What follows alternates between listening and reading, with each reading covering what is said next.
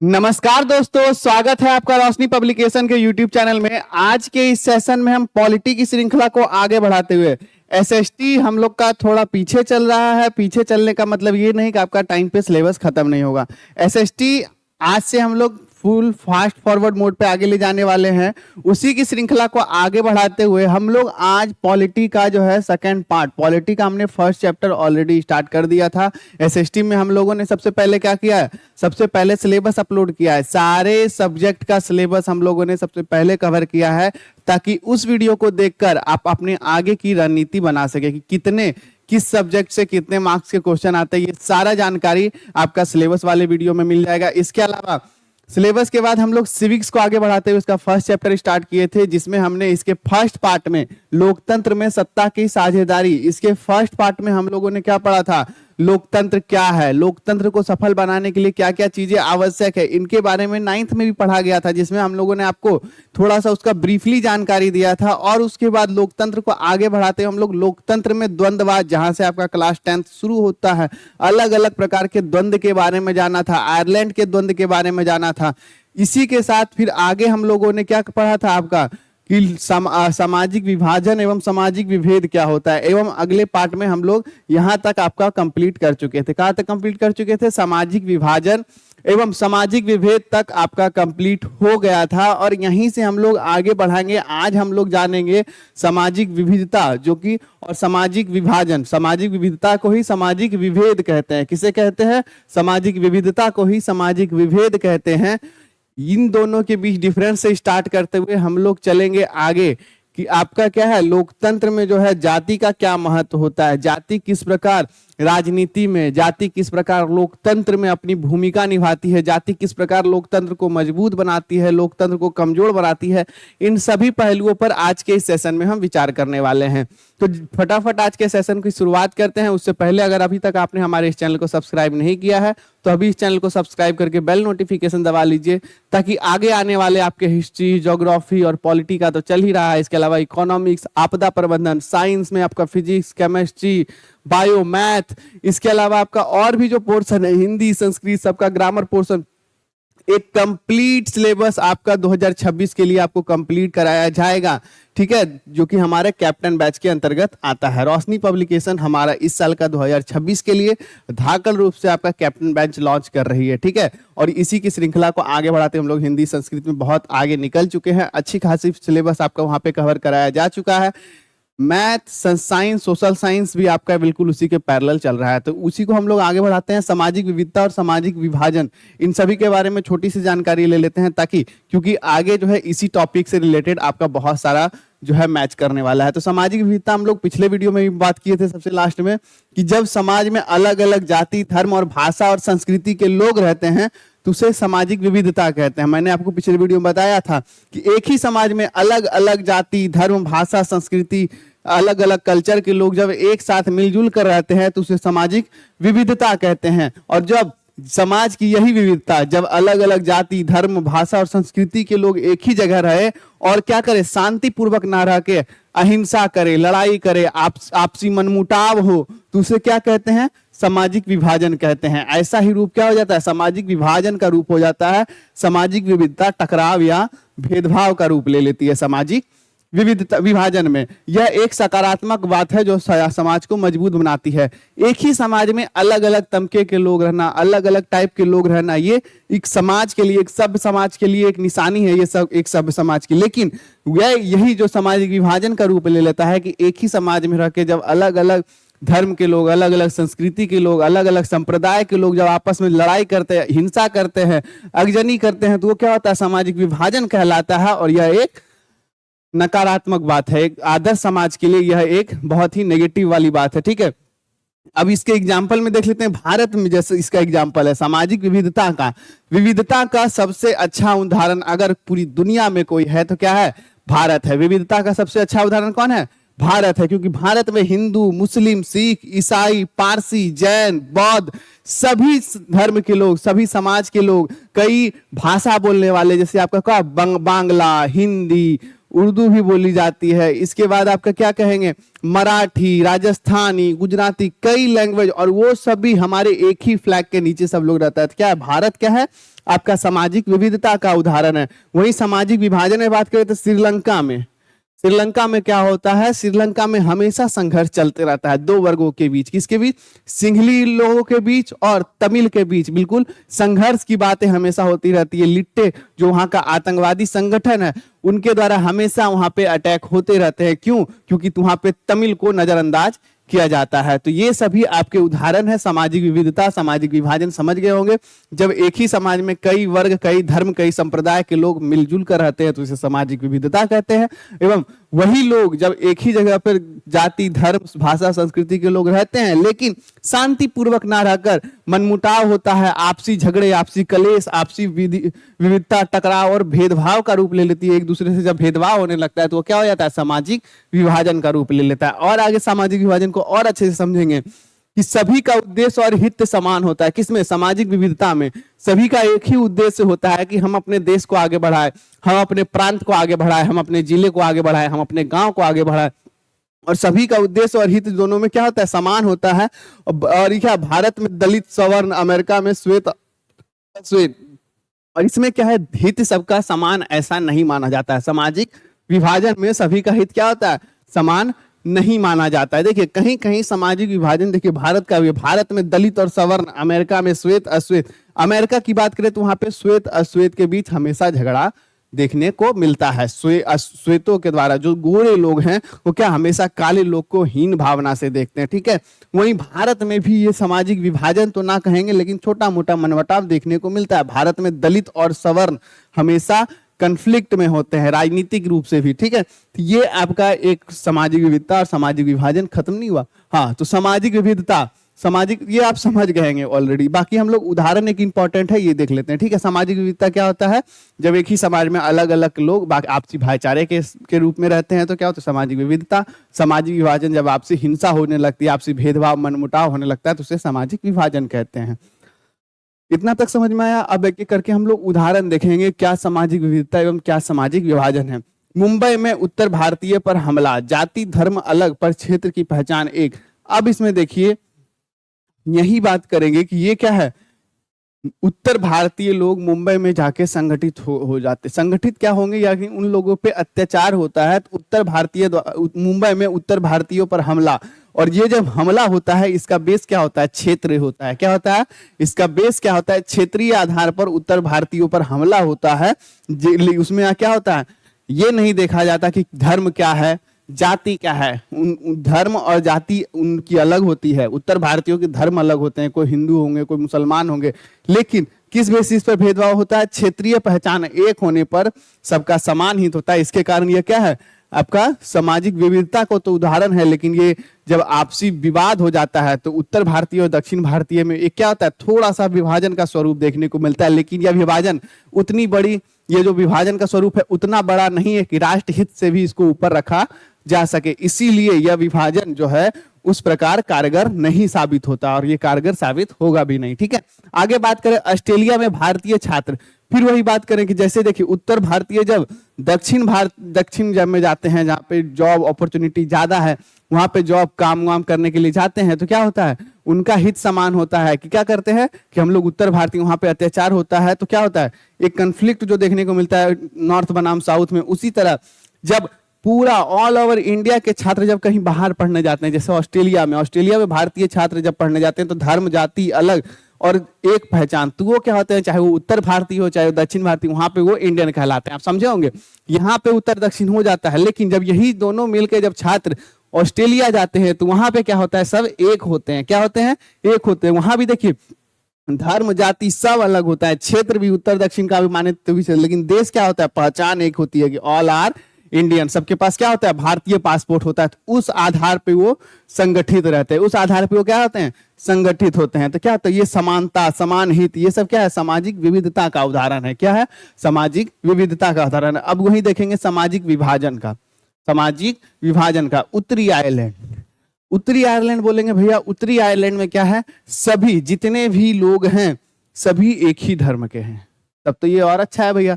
लेकिन अब इसमें क्या होता है? उत्तरी आयरलैंड में जितने भी क्या हैं? सारे ईसाई धर्म के हैं। ठीक है, तो ईसाई धर्म के हैं। और उसके बाद क्या होता है?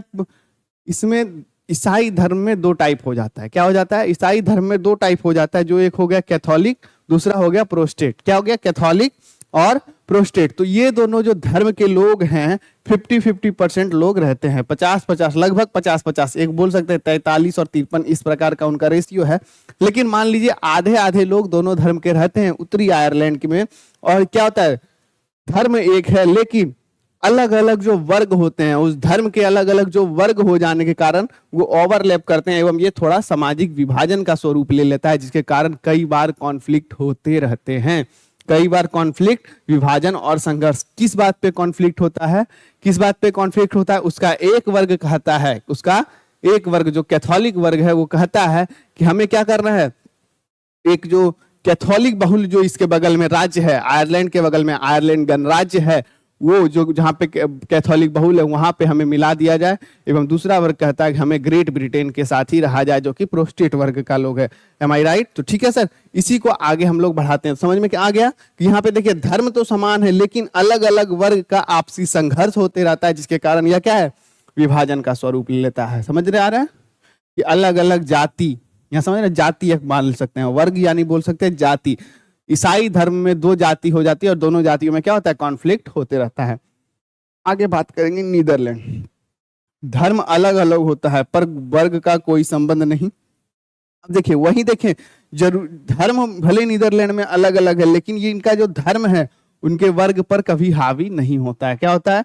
नीदरलैंड की बात करें, धर्म अलग पर वर्ग पर कोई संबंध नहीं होता है, जिसके कारण यहाँ भी क्या होता है, आपका विभाजन नहीं हो पाता एवं क्या है, विविधता का ही रूप लेके रह जाता है। समझ में आ रहा है? समाज में किसी भी प्रकार की असमानता, असमानता बोले तो धर्म के आधार पर बंटवारा नहीं, असमानता, दोनों का अलग अलग धर्म हो सकता है।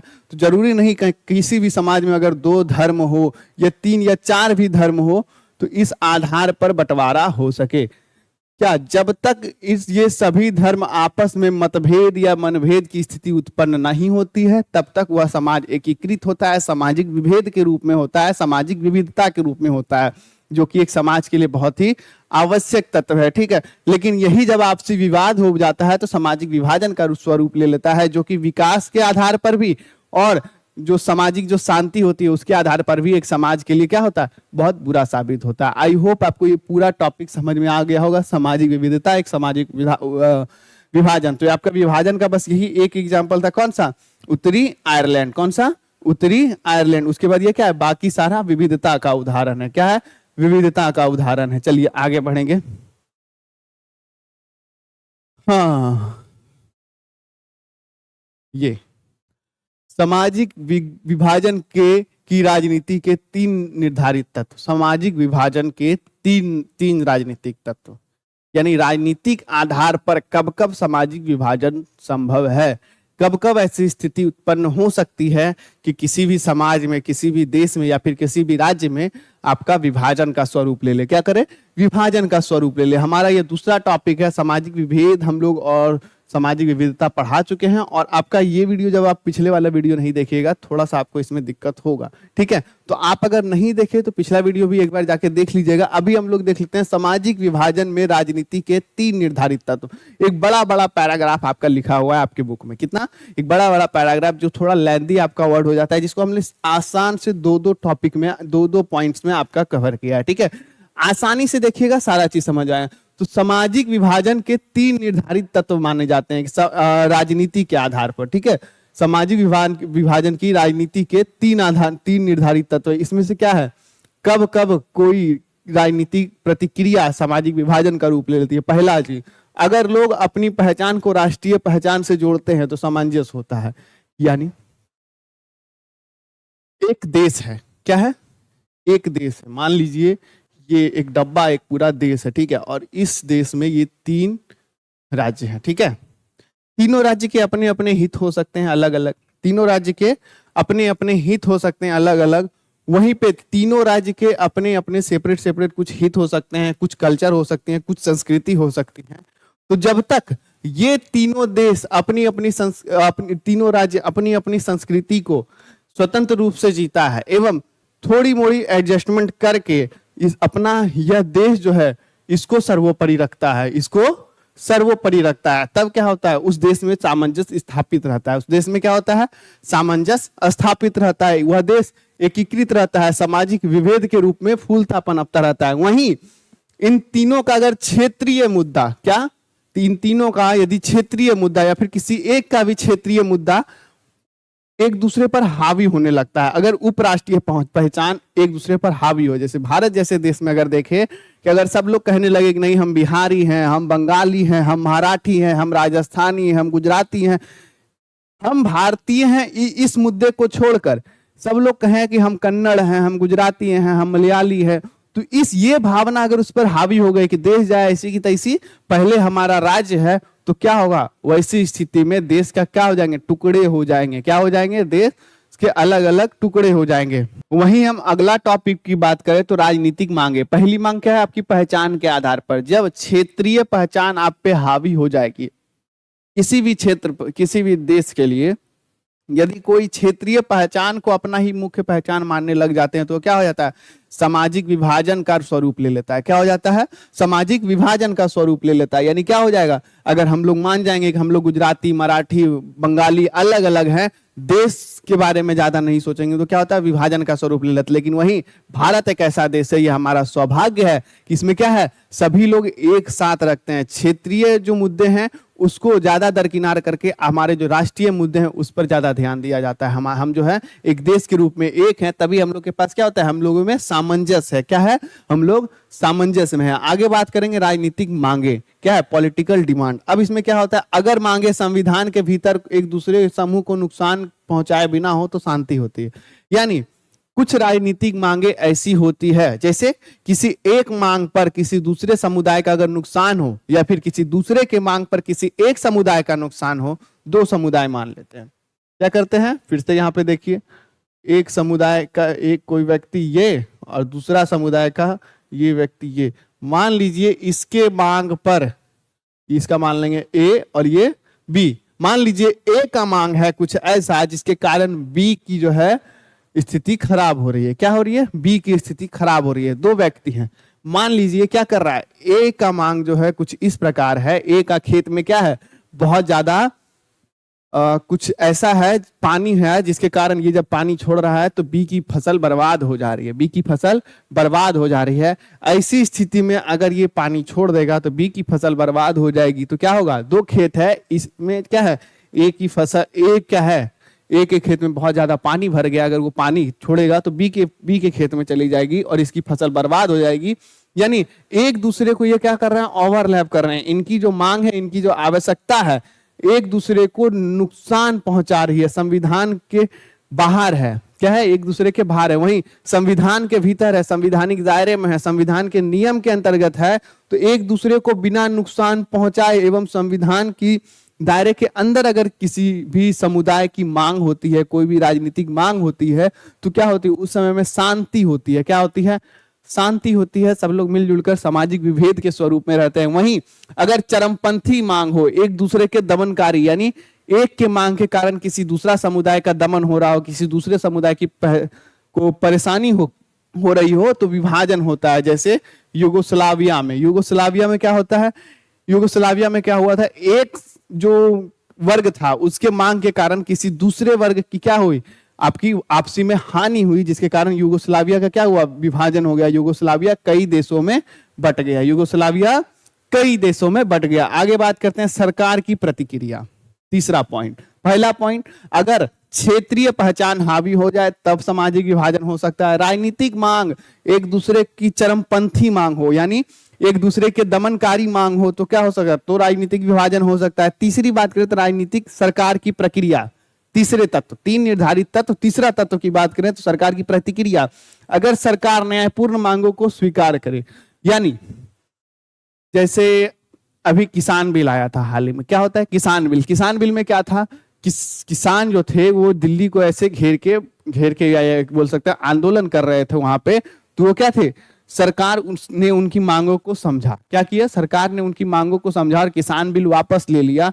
लेकिन वहीं पे अगर सरकार अड़ गई होती तो क्या होता, विभाजन का स्वरूप हो सकता था, लेकिन इतना ज्यादा नहीं जाता है। तो समझ रहे हैं कि सरकार अगर जनता की न्यायपूर्ण मांगों को, जो मांगे वैलिड है, उसको अगर स्वीकार करते हैं तो फिर समरसता आती है, शांति आती है, लोगों का सरकार के प्रति विश्वास होता है, सरकार का लोगों के प्रति विश्वास होता है, और ये एक देश के विकास में बहुत अच्छा चीज होता है। वहीं अगर सरकार दमन करने लगे, कोई चीज इंपॉर्टेंट है, जनता उसकी मांग कर रही है, लेकिन सरकार उस पर ध्यान ना दे, तो क्या होता है?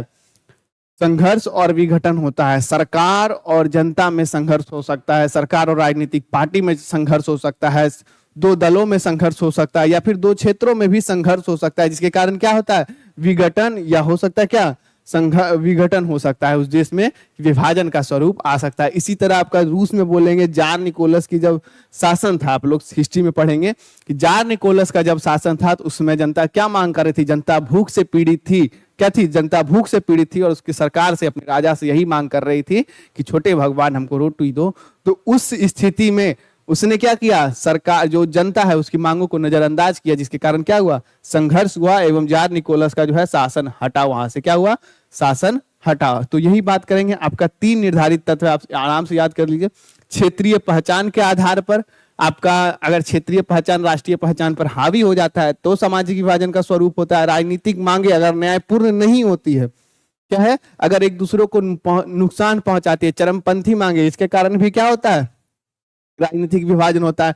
सरकार की प्रतिक्रिया, अगर न्यायपूर्ण मांग पर भी सरकार क्या करती है? उसको ठुकरा देती है, तो वो भी राजनीतिक विभाजन का स्वरूप कर होता है। चलिए आगे बात करेंगे हम लोग। जाति, धर्म और लिंग आधारित सामाजिक विभाजन, यानी सामाजिक विभाजन का आधार अगर जाति, धर्म और लिंग आधारित, तो आज के इस सेशन में हम बात करेंगे बउआ, ऐसा है, धर्म और लिंग पर आधारित। इसका जो है हम लोग को सेपरेट वीडियो में करेंगे, क्योंकि जाति को समझना एक बहुत ज्यादा इंपॉर्टेंट है। ये एक अलग पार्ट है। इस चैप्टर का आपके 2 पार्ट है।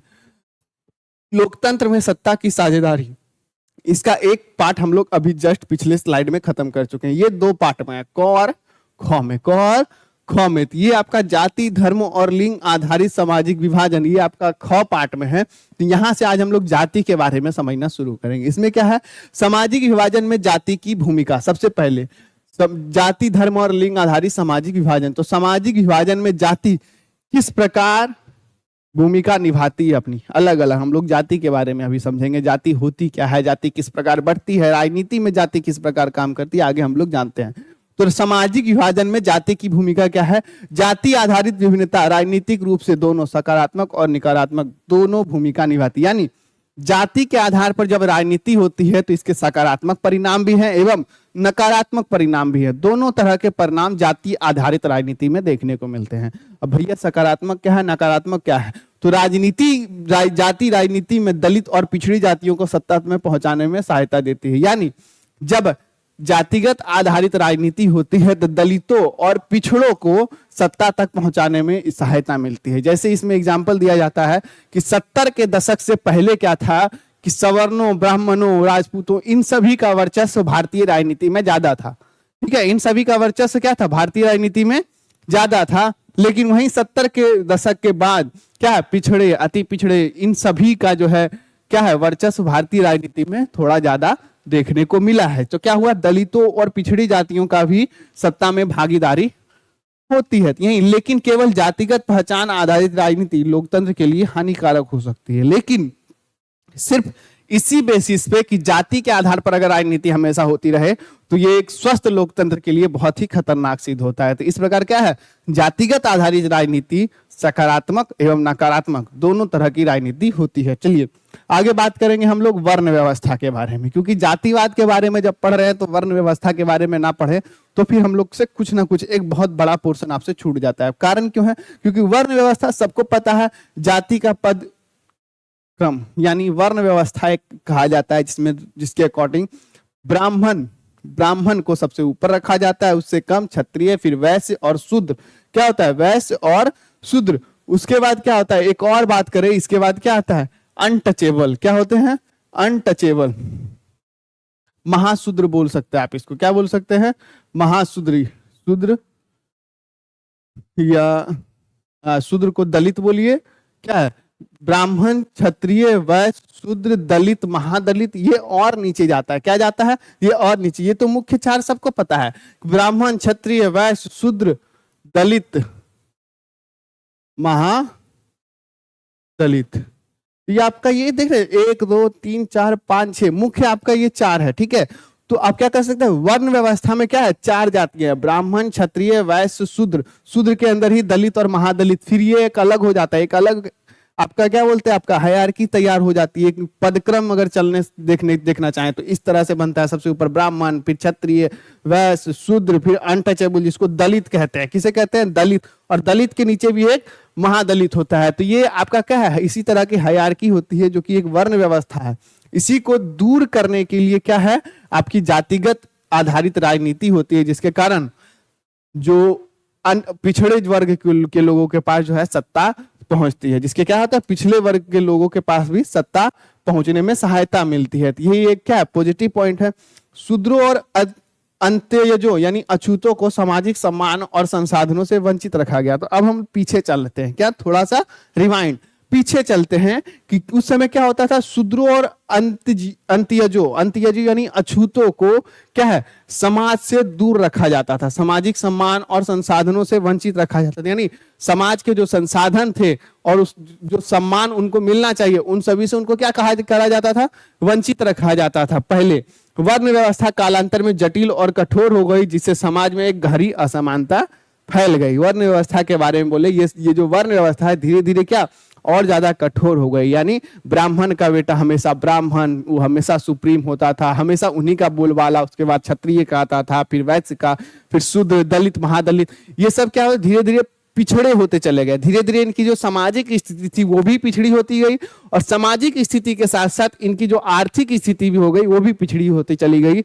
और जब आर्थिक सामाजिक दोनों स्थिति किसी भी जाति की हो तो उसकी राजनीतिक स्थिति ऑलरेडी पिछड़ी होगी ही। तो वही हम कहते हैं कि 70 के दशक से पहले जो सवर्णों का भारतीय राजनीति में बोलबाला था, 70 के बाद जो जातिगत आधारित राजनीति के कारण ही उनका जो है सत्ता में पुनः वापसी हो पाई, एवं उनकी भी स्थिति में अब सुधार देखने को आपको मिलता है। तो वर्ण व्यवस्था समझ गए, ये 6 तो आपकी हायरार्की बिल्कुल सबके मुंह पे होनी चाहिए, ब्राह्मण, क्षत्रिय, वैश्य, शूद्र, ये 6 आपकी, 4 आपकी हायरार्की। इसके बाद भी आता है, क्या आता है, दलित और महादलित। दलित और महादलित आगे बात करेंगे हम लोग। जातिगत असमानताएं, यानी अब क्या है, भारत में जातियां वंशानुगत पेशे पर आधारित होती है। मैंने आपको अभी बताया कि इससे क्या होता है, जब बहुत सारी जो जातियां हैं, जब उनकी सामाजिक स्थिति खराब होती गई, क्योंकि ये जो है पेशे पर आधारित थी, यानी ब्राह्मण हमेशा पूजा पाठ, क्षत्रिय हमेशा शासन प्रशासन के कार्यभार संभालते थे, वो फिर व्यापार के लिए वैसे था, तो वो क्या वंशानुगत एक पेशा तैयार हो गया। क्या हो गया, पेशा तैयार हो गया। यानी जब जो दलित, महादलित, पिछड़े, अत्यंत पिछड़े जो लोग थे वो क्या करे, उसी पेशे में बंध गए, उसी अपने बिजनेस में बंध गए, या फिर उसी अपने कार्य में बंध गए, जिसके कारण उनका आर्थिक विकास नहीं हो पाया। यह पेशा पीढ़ी दर पीढ़ी चलता रहा, जिससे जाति एक अस्थायी सामाजिक ढांचे के रूप ले लेती है। यानी यह पेशा हमेशा आगे बढ़ते रहा, यानी 2 3 पीढ़ी 4 पीढ़ी तक आ गया। इसके कारण वो क्या हो गया, यह पेशा जो है एक सामाजिक ढांचे के रूप में ले लिया गया, जिससे क्या हो गया, अमीर जो कह सकते हैं आप, अमीर और अमीर हो गए, गरीब और गरीब होते चले गए। विवाह, खान पान और पारिवारिक जीवन भी जाति तक सीमित रहता है। उसके बाद क्या हो गया, धीरे धीरे कुछ इतना ज्यादा अनटचेबिलिटी, इतना ज्यादा छुआछूत आ गया समाज में, जिसके कारण क्या, विवाह, खान पान और पारिवारिक जीवन, यानी दोनों का जो अब एक ही संस्कृति, भारतीय संस्कृति से जुड़े लोग आपस में ही अलग अलग हो गए थे। क्या हो गए, अलग अलग हो गए थे। भारतीय एक ही संस्कृति से जुड़े लोग, जो कि जिसकी संस्कृति एक थी, सभ्यता एक थी, खान पान एक था, लेकिन धीरे धीरे उन सभी ने अपनी अपनी संस्कृति का पालन अलग अलग करने लगे। क्या होते थे, ब्राह्मण इनके यहाँ नहीं जा रहा है, राजपूत इनके यहाँ नहीं जा रहा है, तो वो छुआछूत की भावना उत्पन्न हो गई थी, जातिगत असमानताएं आ गई थी। वहीं इसी जातिगत असमानताओं के विरोध के रूप में कई महापुरुषों ने विरोध के लिए सुधार आंदोलन किए, जिसमें क्या आता है, सुधारक में जिनके नाम ज्योतिबा फूले, ये जी, महात्मा गांधी सब लोग जानता है, भीमराव अंबेडकर जी और पेरियार रामास्वामी नायर। ये इन 4 महापुरुषों, इनके अलावा ये 4 महत्वपूर्ण नाम आते हैं। इनके अलावा कई लोगों के संघर्ष के द्वारा क्या हुआ, जातिवाद, छुआछूत और सामाजिक भेदभाव के खिलाफ इन्होंने संघर्ष किया, जिनमें इनको बहुत अधिक सफलताएं मिली। अभी भी बाबा साहब डॉक्टर भीमराव अंबेडकर को लोग पूजते हैं, महात्मा गांधी को लोग पूजते हैं। महात्मा गांधी तो खैर पूरे भारत में सभी के लिए एक प्रेरणा स्रोत है, अहिंसावादी। ज्योतिबा फूले, इसके बाद पेरियार रामास्वामी नायर, इन सभी को क्या इन सभी ने जातिवाद, छुआछूत और सामाजिक भेदभाव के खिलाफ क्या किया? संघर्ष किया। क्या किया? बहुत संघर्ष किया, जिसके कारण भारत जातिवाद, छुआछूत से ऊपर उठा। इनके परिणाम स्वरूप दलितों और पिछड़ों में जागरूकता और अधिकार की चेतना आई। दलित और पिछड़े 2-3 पीढ़ी के आपके उनको जब प्रेशराइज किया गया तो वो खुद ये मान चुके थे कि हम सच में अछूत हैं। उनके जो मानसिक जो चेतना थी वो खुद संकुचित हो गई थी, लेकिन इन लोगों के कारण उनकी जो मानसिक चेतना में क्या एक नई ऊर्जा आई।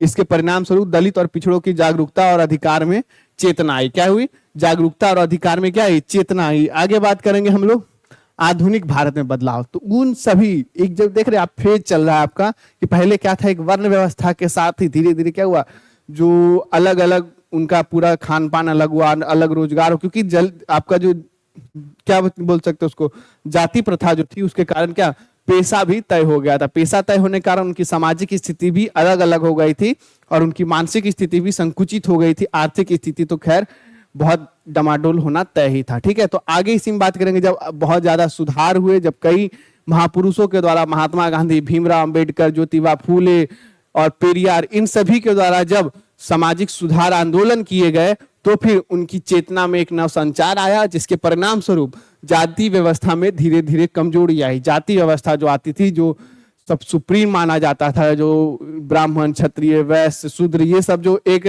हायरार्की जो चलता था, उसमें क्या धीरे धीरे कमजोरी आई, विशेषता शहरों में। और ये सबसे ज्यादा कहाँ पे? शहरों में ज्यादातर हुई, जिसके कारण शहरीकरण हुआ। शिक्षा, आर्थिक विकास और पेशा चुनने की स्वतंत्रता इसके मुख्य कारण है। यानी जाति व्यवस्था के कमजोर होने के मुख्य कारण क्या है? शहरीकरण। देखते होंगे गांव में ज्यादा आपका छुआछूत अभी भी माना जाता है, शहर में उतना नहीं छुआछूत माना जाता है। क्यों शहर में ज्यादा छुआछूत नहीं माना? शहरीकरण के कारण भी कई जाति व्यवस्था में कमजोरी आई। शिक्षा का प्रसार जितना अधिक हुआ, लोग जितने शिक्षित हुए, उनकी जो ऊपर का जो ढक्कन हुआ जितना ज्यादा खुला, उतना उन्होंने जाति व्यवस्था जैसी एक संकुचित चीज से वो बाहर आए। इसके बाद आर्थिक विकास, जैसे जैसे लोगों का आर्थिक विकास हुआ, लोगों के पास पैसे आए, जो कमजोर वर्ग थे जब उनके पास भी धन की जो आपूर्ति हुई, जो उनके रहन सहन लायक, जब उनके पास जो खाने पीने की व्यवस्था हो गई, जब उनका आर्थिक क्या बोलते उन्नति हुई, तब जाके उनकी जाति व्यवस्था में कमजोरी आई और पेशा चुनने की स्वतंत्रता। यानी पहले का ऐसा था कि शूद्र का बेटा शूद्र ही मिलेगा, शूद्र आपका जो दलित का बेटा दलित ही बनेगा, महादलित का बेटा महादलित ही बनेगा। उसमें जब उन सभी स्वतंत्रताओं को तोड़, उन सभी जो परतंत्रता यानी कि वो जो जकड़ के जिसको रखा गया था कि पेशा चुनने की स्वतंत्रता नहीं थी, लेकिन जब वो इनसे बाहर निकले, जब पेशा चुनने की स्वतंत्रता जब उनको मिली, तो भी जाति व्यवस्था बहुत ही कमजोर हो गई। अब अंतर जातीय विवाह, एक साथ खान पान, सामाजिक मेलजोल सामान्य होता जा रहा है। यानी अभी के टाइम में अंतर जातीय विवाह थोड़ा मोड़ा होते रहता है।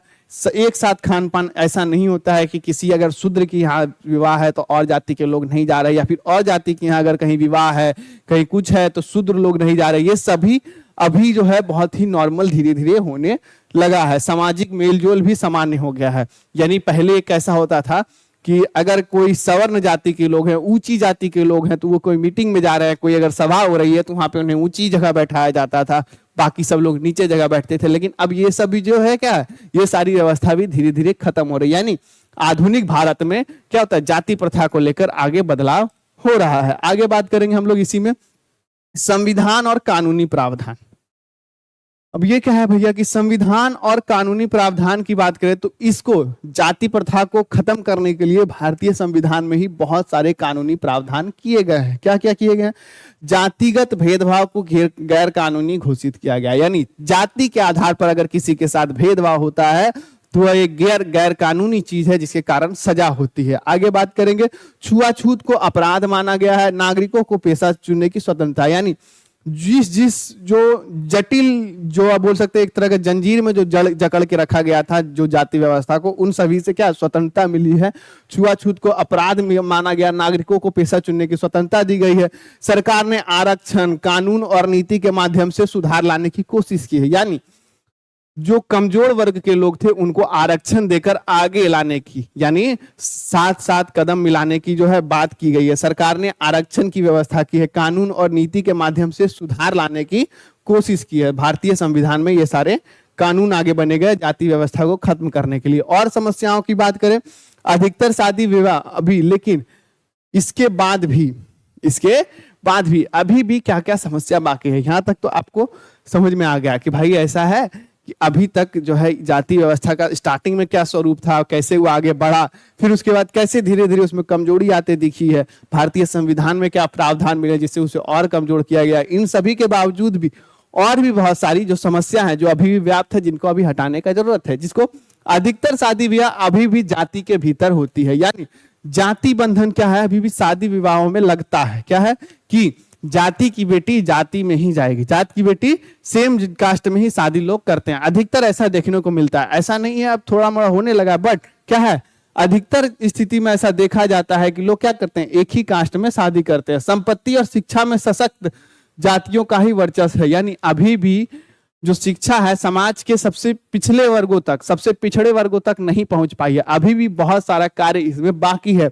दलित और वंचित जातियां अभी भी संसाधनों और अवसरों से वंचित है। यानी अभी भी बहुत सारी जातियां ऐसी है जो कि संसाधनों से अभी भी उनका जो है सर्वांगीण विकास नहीं हो पाया है। आई होप आपको ये पूरी जो जाति प्रथा है, जो समस्या है, मूल समस्या है, वो आपको समझ में आई होगी। तो इसमें आपका कंक्लूजन की बात करें, जाति एक ऐतिहासिक सामाजिक ढांचा है जिसमें सदियों तक समाज को विभाजित रखा। यानी अभी शुरू से लेकर लास्ट तक, अभी तक आज के इस सेशन में जो पढ़ा उनकी अगर ब्रीफली जानकारी लेना चाहें, ब्रीफली में हमने क्या पढ़ा, जाति एक ऐसी ऐतिहासिक सामाजिक ढांचा है जो कि पुराने समय से चल रहा है। कहां से? पुराने समय से चल रहा है, जिसने सदियों तक समाज को विभाजित रखा, सदियों तक समाज को अलग अलग वर्गों में विभाजित रखा। आपका क्या सवर्ण, बैकवर्ड, फॉरवर्ड, इन सभी में क्या विभाजित रखा। सुधारकों और संवैधानिक प्रावधानों के कारण जातिगत असमानताओं में कमी आई। यानी जो सुधारक थे, हमने किनका किनका बात किया, बाबा साहब डॉक्टर भीमराव अम्बेडकर, महात्मा गांधी, ज्योतिबा फूले, पेरियार, इन सभी के कारण क्या है, इन सभी असमानताओं में कमी आई है। लेकिन पूर्ण समानता की दिशा में प्रयास अभी भी जारी है। मैंने आपको कहा ये सारे जो पॉइंट थे, बहुत सारे दलित अभी भी वंचित हैं, अभी तरह भी पूर्णतः समानता नहीं आई है। आगे बात करेंगे हम लोग जाति समुदाय समाज का आधार। अब क्या है, राजनीति में जाति। अभी तक तो हमने समाज में जाति कैसे पनपा, जातिवाद कैसे पनपा, उनका आगे विकास कैसे हुआ, फिर ये आगे कैसे उनका ह्रास हो रहा है, जातिवाद जो चल रहा है, उनका जो हायरार्की चल रही है, उन सभी जो धीरे धीरे स्ट्रांग कैसे बने, फिर अभी धीरे धीरे कमजोर कैसे हो रही है, उसके बारे में बात किया। लेकिन अब राजनीति में जाति कैसे करती है, कैसा आपका रोल निर्भर करती है, राजनीति में जाति आपका कैसा रोल निर्भर करती है। यानी जाति सामुदायिक समाज का आधार, यानी इसमें हम लोग बात करेंगे जाति एक स्वाभाविक सामुदायिक संरचना है। सामुदायिक संरचना मतलब यानी किसी ऐसा क्षेत्र में क्या होता है, एक ही जाति के लोग, अभी भी आप देखते होंगे कोई कोई ऐसा गांव होता है जो सिर्फ सवर्णों का होता है, कोई कोई ऐसा गांव होता है जो सिर्फ बैकवर्ड्स का होता है, कोई कोई ऐसा होता है जो अति पिछड़ों का होता है, कोई कोई ऐसा होता है जो पिछड़ों का होता है।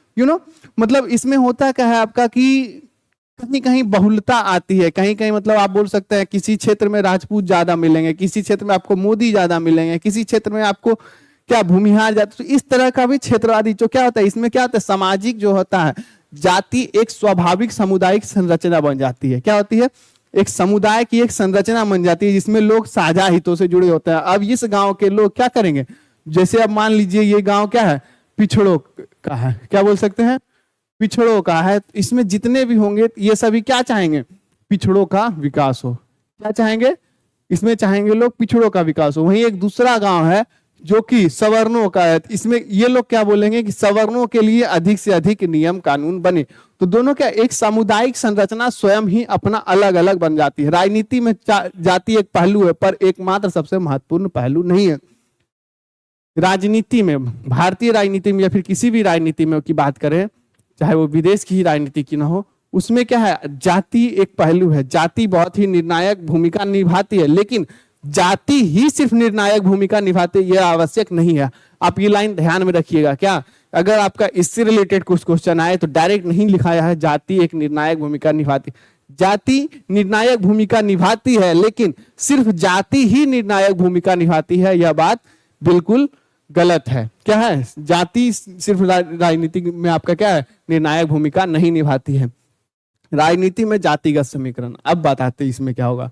उम्मीदवार अब कैसे राजनीति जाति से प्रभावित होती है, राजनीति जो हमारी जो पॉलिटिक्स है वो जाति से किस प्रकार प्रभावित होती है।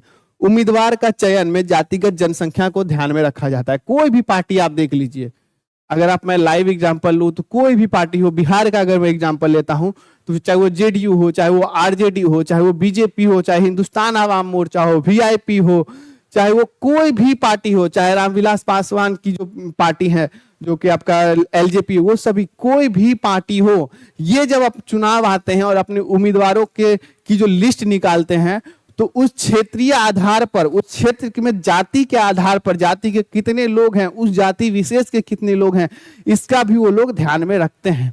तो उम्मीदवार का जब वो अपने उम्मीदवार, अपने कैंडिडेट को मनोनीत करते हैं, अपने कैंडिडेट का नाम घोषित करते हैं, तो उसमें भी जातिगत जनसंख्या को ध्यान में रखा जाता है कि किस जाति के लोगों को किस क्षेत्र से खड़ा किया जाए ताकि हम ज्यादा से ज्यादा सीट निकाल पाए।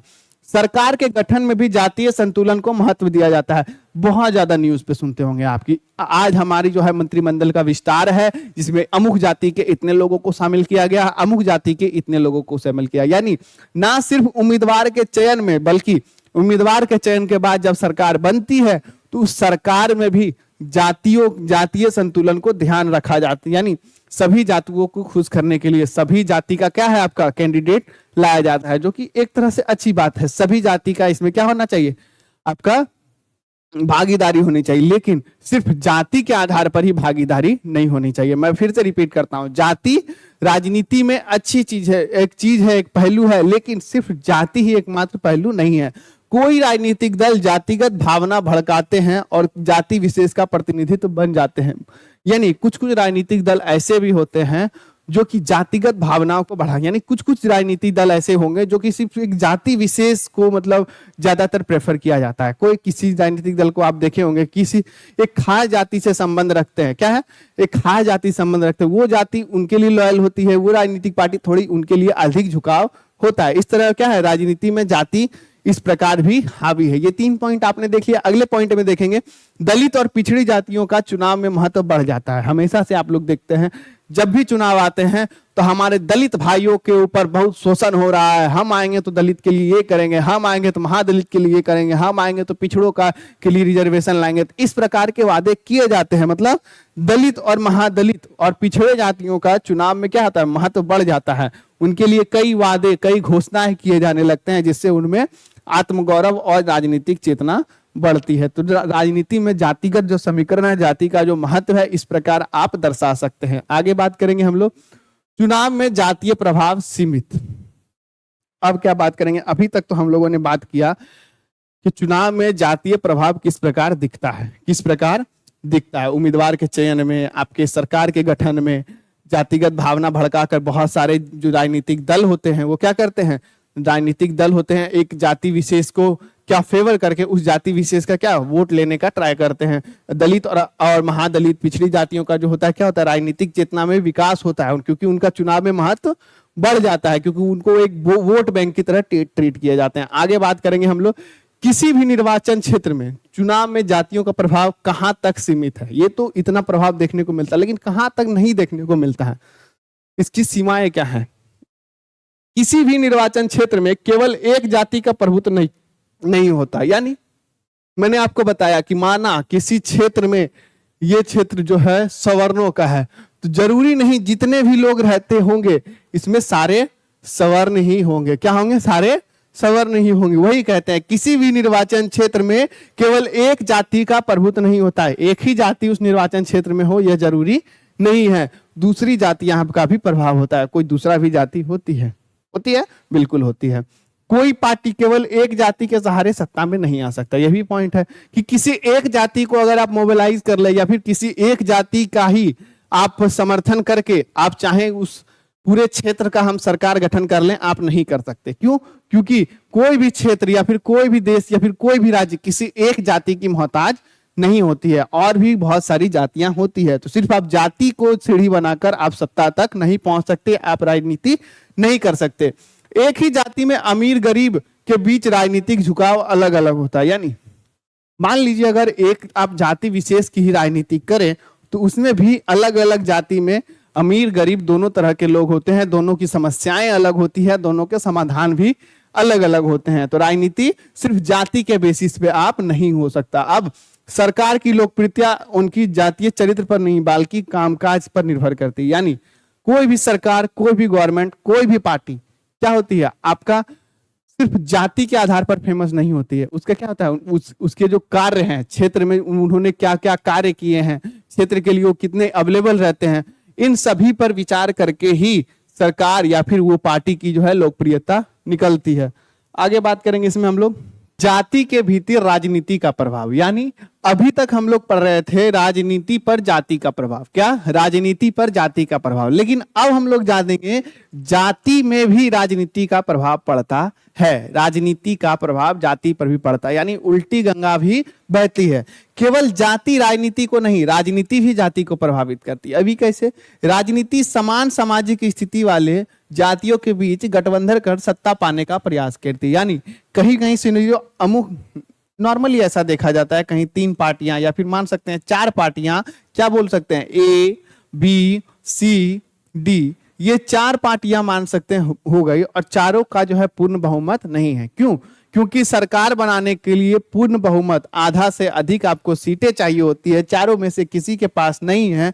तो इन चारों क्या है, मान सकते हैं 2 ए और बी का जो सामाजिक स्थिति है, इन दोनों की जो जातीय स्थिति है, मान सकते हैं क्या कि अगर ये दोनों जो है जातिगत पार्टी हो और इन दोनों की जो जातीय स्थिति हो वो समान हो, क्या है, समान सामाजिक स्थिति वाली जाति पार्टी, इन ये दोनों अगर आपस में गठबंधन कर ले और सरकार बना ले, गठबंधन कर सत्ता पाने का प्रयास करती है, तो ये दोनों आपस में गठबंधन करके सत्ता पाने का प्रयास करती है। यानी समान, जिनकी सामाजिक स्थिति समान हो सकती है। यानी आप ये कह सकते हैं ये दो, एक दलित और एक महादलित की पार्टी होगी, तो ये आपस में क्या करेंगे, आपस में साझेदारी करके, आपस में गठबंधन करके सरकार चलाएगी। यह प्रवृत्ति जातियों की राजनीतिकरण की ओर संकेत करती है। यह प्रवृत्ति जातियों का राजनीतिकरण करने का की ओर संकेत करती है। यानी अब इसमें क्या होता है, अलग अलग दो जाति यहां आपस में मिल जाते हैं। जब 2 अलग अलग जातियां राजनीतिक आधार पर आपस में मिल जाती है तो उसे ही जाति का राजनीतिकरण कहेंगे। यानी ए जो जाति है, मान सकते हैं आप, जो पिछड़ी जाति है, और दूसरी बी जो है, दूसरी आप बोल सकते हैं अति पिछड़ी जाति है, और ये क्या करेंगे, आप आपस में क्या करेंगे, जब ये आपस में क्या करेंगे, आपस में जब गठबंधन बना लेते हैं तो इसे ही जाति का राजनीतिकरण कहा जाता है। चलिए आगे बात करेंगे। ये पूरा आपका जाति का ऑलमोस्ट सारा पॉइंट यहाँ पे हम लोग खत्म हो गया है। अब आखिरी देखेंगे समकालीन भारतीय राजनीति में जातिगत राजनीति का नया रूप। अब देखेंगे राजनीति अब दलित, पिछड़े, अल्पसंख्यक और वंचित समुदाय पर केंद्रित हो गई है। यानी अभी के समय में क्या हो गया है, राजनीति जो है अब दलित, पिछड़े, अल्पसंख्यक और वंचित समुदाय पर केंद्रित हो गई है। यह एक सकारात्मक बदलाव है। इन वर्गों को सत्ता और संसाधनों को भागीदारी दी जा रही। यानी मैंने आपको कहा 70 के दशक से पहले जो सिर्फ सवर्णों का बोलबाला था भारतीय राजनीति में, लेकिन उसके कारण जो 70 के बाद जब दलित, पिछड़े, अल्पसंख्यक और वंचित समुदाय पर भी जब राजनीति थोड़ी सी शिफ्ट हुई, जब वहां से भी नेता निकलने लगे, तो क्या हुआ, सभी दलों के बीच, सभी जाति के बीच क्या हुआ, सत्ता की साझेदारी। यही हमारा टॉपिक है, लोकतंत्र में सत्ता की साझेदारी, यही हमारा टॉपिक है। तो सत्ता की साझेदारी क्या हुई, सभी जातियों के बीच होने लगी। यह एक सकारात्मक बदलाव है। इन वर्गों को सत्ता और संसाधनों के भीतर भागीदारी दी जा रही है। राजनीति का मुख्य उद्देश्य अब सामाजिक, आर्थिक और समानता की ओर अग्रसर हो गया है। यानी ना सिर्फ अभी तक क्या हो रहा था, अब तक जो जातिगत जो चल रही थी, जातिगत जो कॉन्फ्लिक्ट चल रही थी, वो अब धीरे धीरे समाप्ति की ओर नजर आ रहा है। और राजनीति अब किस ओर अग्रसर हो गई, अब राजनीति विकास के मुद्दे पे लड़ी जा रही है। क्या राजनीति अब का मुख्य उद्देश्य अब सामाजिक, आर्थिक और समानता की ओर अग्रसर हो रहा है। अब बोल सकते हैं कि भारत में जो चल रहा है, सबका साथ, सबका विकास, सबका विश्वास, इस तरह की राजनीति अब आगे हो रही है। अब जातिगत आधार पर अब राजनीति नहीं हो रही है। क्यों? क्योंकि अब ऐसा प्रतीत होता है कि सभी जातियों का क्या है, भारत में जो है प्रतिनिधित्व हो गया है। भारत में प्रतिनिधित्व हो गया है। 70 के दशक से पहली वाली बात अब खत्म हो गई। तो आगे हम लोग कंक्लूजन पे चलेंगे कि राजनीति और जाति का संबंध 2 तरफा है। यानी अभी हम लोग पिछले स्लाइड में पढ़े हैं कि राजनीति जो है जाति को प्रभावित करती है, उससे 2 पिछले स्लाइड में पढ़े हैं जाति राजनीति को प्रभावित करती है। यानी इन दोनों का परस्पर आपसी संबंध है। क्या जाति राजनीति को प्रभावित करती है और राजनीति जाति को, यानी परस्पर दो तरफा संबंध है, एक तरफा संबंध नहीं है। हालांकि जातिगत समीकरण चुनाव का एक पहलू है, यानी जातिगत समीकरण, इस जाति के अधिक लोग हैं, इसके आधार पर क्या है, आपके उम्मीदवार खड़े किए जाते हैं, आपके सरकार बनाए जाते हैं, एक पहलू यह है। लेकिन सिर्फ जाति के ही आधार पर सरकार चुनना यह, परंतु राजनीतिक चेतना, विकास, कार्य प्रदर्शन और गठबंधन की नीति भी निर्णायक भूमिका निभाती है। लेकिन सिर्फ जाति के ही आधार पर राजनीति करना यह क्या है, नहीं होता है। यह पहलू क्या है, यह एक राजनीतिक पहलू नहीं है। इसके कारण क्या क्या होता है, जातिगत समीकरण के अलावा राजनीतिक चेतना, विकास, कार्य प्रदर्शन और गठबंधन की नीति भी निर्णायक भूमिका निभाती है। आज की राजनीति जाति से ऊपर उठकर समावेशी विकास और समानता की ओर बढ़ गई। यानी अभी की जो वर्तमान की राजनीति है वो जाति से ऊपर उठकर क्या, सबका साथ, सबका विकास, सभी का विकास के साथ साथ और सभी की समानता के लिए आगे अग्रसर हो गई है। आई होप आपका ये पूरा चैप्टर लोकतंत्र में सत्ता की साझेदारी, इसमें हम लोग फर्स्ट में पढ़े थे लोकतंत्र में द्वंद्व कैसे होता है, कैसे सामाजिक विभाजन होता है, कैसे सामाजिक विभाजन सामाजिक विभेद में क्या होता है, कैसे विभेद विभाजन बन जाती है, सामाजिक विभाजन के में राजनीति के 3 निर्णायक तत्व हम लोग पढ़े थे, जिसमें एक क्षेत्रवाद था, सरकार के द्वारा न्यायपूर्ण मांगों को ना मानना, और किसी एक वर्ग विशेष का क्या होता है, अधिक मतलब न्याय संगत मांग नहीं करना, यानी न्याय से अधिक मांग करना, किसी एक वर्ग विशेष का क्या कर सकते, चरमपंथी मांगों को लेकर खड़ा होना, वह भी क्या सामाजिक विभाजन का एक स्वरूप ले लेता है। तो आई होप आपको ये पूरा स्लाइड, पूरा जाति में क्या राजनीति का, जाति पर क्या प्रभाव पड़ता है और जाति का राजनीति पे क्या प्रभाव पड़ता है, इन सभी को अच्छे से डिटेल में समझ में आ गए होंगे। इसके बाद लोकतंत्र में सत्ता की साझेदारी में हम लोग एक वीडियो और लाएंगे, जिसमें हम लोग देखेंगे कि जिस प्रकार जाति ने राजनीति को प्रभावित किया, उसी प्रकार धर्म और लिंग किस प्रकार राजनीति को प्रभावित करता है, और कैसे लोकतंत्र में जो सत्ता की जो साझेदारी लिंग और धर्म के आधार पर बढ़ती है, इस टॉपिक पर भी हम लोग चर्चा करेंगे। तो आज के इस सेशन में इतना ही। जाते जाते आपके लिए एक न्यूज जो आपका है रोशनी पब्लिकेशन के द्वारा कैप्टन गोधली, प्यूसम, वर्णिका, पनोरमा, ये सब पुस्तकें आपके हमारे ऑफिशियल वेबसाइट फ्लिपकार्ट और अमेजोन पर आपको मिल जाएगी। इसके अलावा आपके नजदीकी बुक स्टोर पर भी आपको देखने को मिल सकते हैं। इन सभी में मैंने आपको पहले ही बताया था कि इन सभी में आपको क्या मिलेंगे, हर एक जो सब्जेक्ट है उसका जो डिटेल जो होता है, आपका जो चैप्टर्स होता है, वो सभी चैप्टर आपको मिलेंगे। अगर आप इंग्लिश और संस्कृत के लेते हैं तो उसमें संस्कृत का हिंदी और इंग्लिश का भी हिंदी आपको देखने को मिलेगा, ताकि हर एक चैप्टर को आप बिल्कुल अच्छे से समझ पाएंगे। इसके अलावा आपका क्वेश्चन आंसर भी हर एक चैप्टर का आपका जस्ट उसके बाद दिया जाता है। तो आज के इस सेशन में इतना ही, मिलते हैं अगले वीडियो में एक नए टॉपिक के साथ। तब तक के लिए जय हिंद, जय भारत।